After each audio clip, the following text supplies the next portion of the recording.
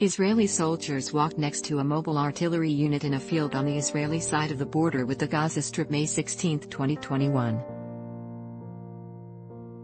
Reuters/Baz Ratner, sponsored articles. What's next in the latest Middle East convulsion? Will a ceasefire between the Hamas militant group in Gaza and Israel be brokered by Arab mediators in coordination with Western powers, or will the situation continue to deteriorate? Are we witnessing the beginning of an intensifying conflict in which Israelis find themselves enveloped in a bloody confrontation with Palestinians across the occupied territories and, more threateningly, inside Israel itself? Will Israel become enmeshed in widespread communal unrest on its own territory in Arab towns and villages? In short, are we witnessing the early stages of a third intifada, in which casualties mount on both sides until the participants exhaust themselves? We've seen all this before, in 1987 and 2000. Then, as now, violence spread from territories occupied in the 1967 war into Israel itself. There are no simple answers to these questions as the crisis enters its second week, with casualties mounting. In part, the next stage depends on the level of violence Israel is prepared to inflict on Hamas. It is also conditional on Hamas's tolerance of Israeli airstrikes and artillery fire. It will also rely on the extent to which Israel feels its interests continue to be served by courting widespread international opprobrium for its offensive against Hamas, as the militant group's leadership is embedded in a densely packed civilian population in Gaza. This is far from a cost-free exercise for Israel, despite the bravado from its leadership, embroiled in a lingering internal crisis over the country's inability to elect majority government. Political paralysis is not the least of Israel's problems. As always, the issue is not whether Israel has a right to defend itself against rocket attacks on its own territory. The question is whether its response is disproportionate, and whether its chronic failure to propagate a genuine peace process is fueling Palestinian resentment. The short answer is yes, whatever legitimate criticisms might be made of a feckless Palestinian leadership divided between its two wings, the Fatah mainstream in Ramallah and Hamas in Gaza. Israel's continued provocative construction of settlements in the West Bank, and the daily humiliations it inflicts on a disenfranchised Palestinian population in Arab East Jerusalem, contribute to enormous frustration and anger among people living under occupation. If nothing else, the latest upsurge of violence between Israelis and Palestinians should persuade the international community that occupation and subjugation of one population by another is a dead-end street. Further complicating things for the Israeli leadership are the circumstances that led to the latest conflagration.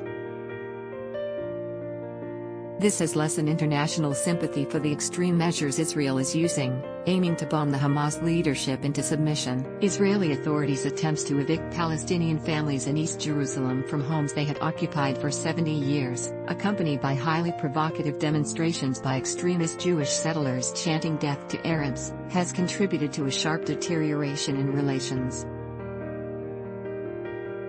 This was followed by a heavy-handed Israeli police response to Palestinian demonstrations in and around Al-Aqsa Mosque, Islam's third holiest shrine. In turn, this prompted Hamas rocket strikes into Israel itself from Gaza. The International Crisis Group has identified the issue that should be most concerning to Israel and its supporters.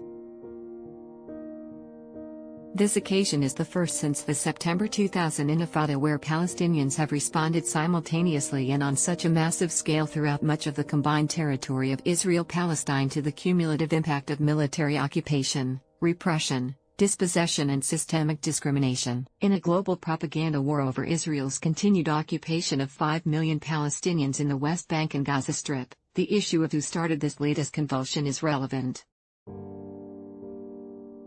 So, too, are questions surrounding Israeli Prime Minister Benjamin Netanyahu's attempts to cling to power as a corruption trial wins its way through the Israeli court system.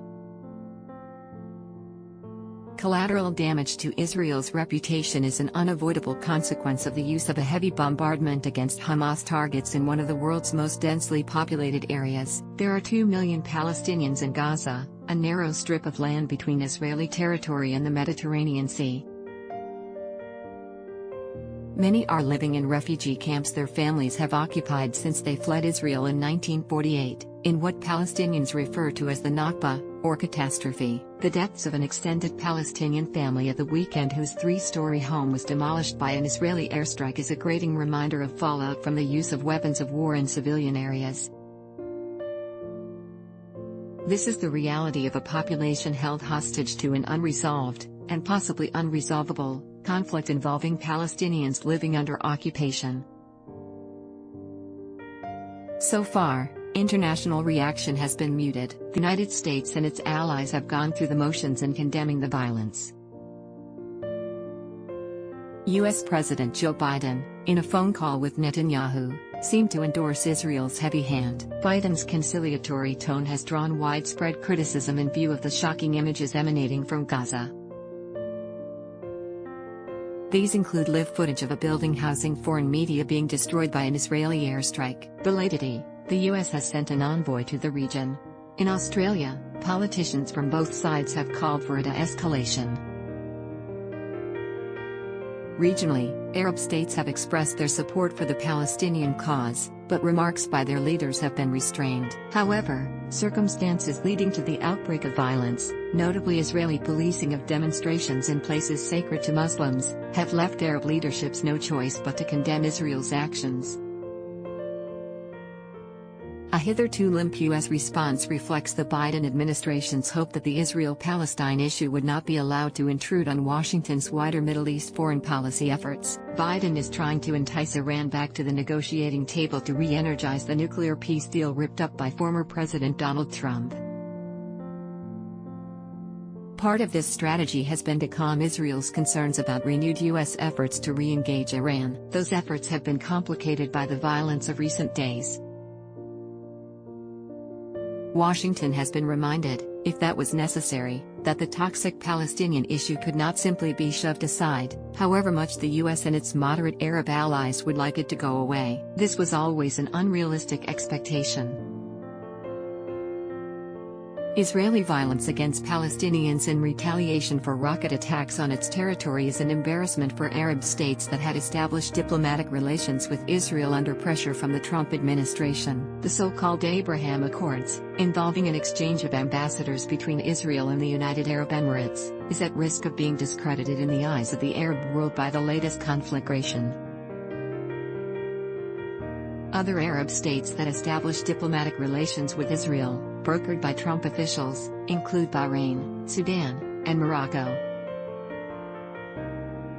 Sporadic demonstrations in support of the Palestinians have occurred in the latter two countries. Finally, this latest conflict between Israelis and Palestinians exposes the failure of various parties to advance a peace agreement based on a two-state solution.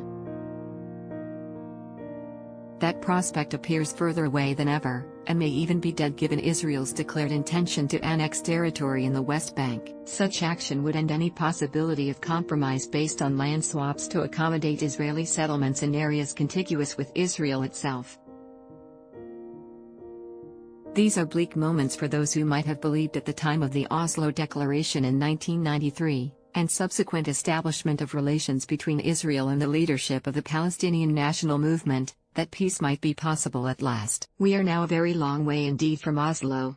Tony Walker, Vice-Chancellor's Fellow, La Trobe University.